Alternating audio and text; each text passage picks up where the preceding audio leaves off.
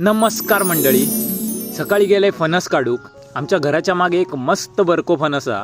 बरको म्हणजे रसाळो. आणि माका बरको फणस आवडता. आणि ह्यो जो फणस हा तो लेट तयार होता. म्हणजे दरवर्षी पावसातनच पिकतं ते फणस. छोटे गरे आणि गोड गरे. मस्तपैकी गडकेन ढकललं एक फणस. मस्त पाऊस आणि गरमागरम उकडलेलो मको. बात खतम. नंतर मावशी आजीकडे गेलंय. ती गोधडी शिवत होती. माका बघून लगेच उठली.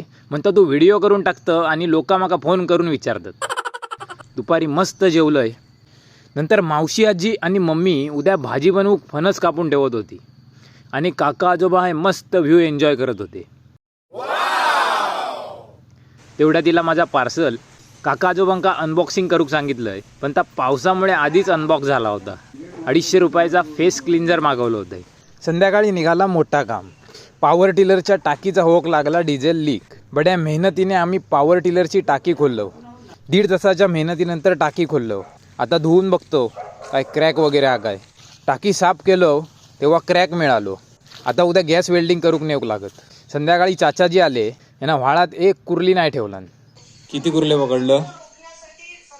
अरे काय शिरा पडली काय तुला आज कुरलेच नाही का म्हणून तुझा ट्रॅक्टर बघून गेलं होतं. म्हणजे आमच्यासाठी पण थोडे कुर्ले ठेव म्हटले व्हाळात.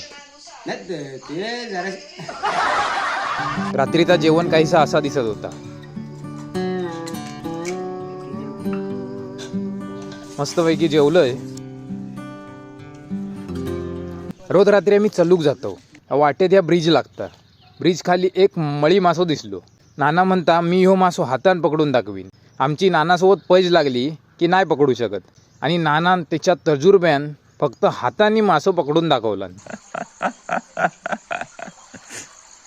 आणि मंडळी कोणताही जाळं न घेता मळी पकडलाय. वा वा. आणि चाचा म्हणत होतो मिळणारच नाही. नतमस्तक झालेला आहे. मंडळी आम्ही चॅलेंज साठी पकडला होता फक्त नानाने. आता त्याला परत सोडून देतोय. पळाला. आजसाठी एवढाच. भेटूयात उद्या दुपारी 1:30 वाजता.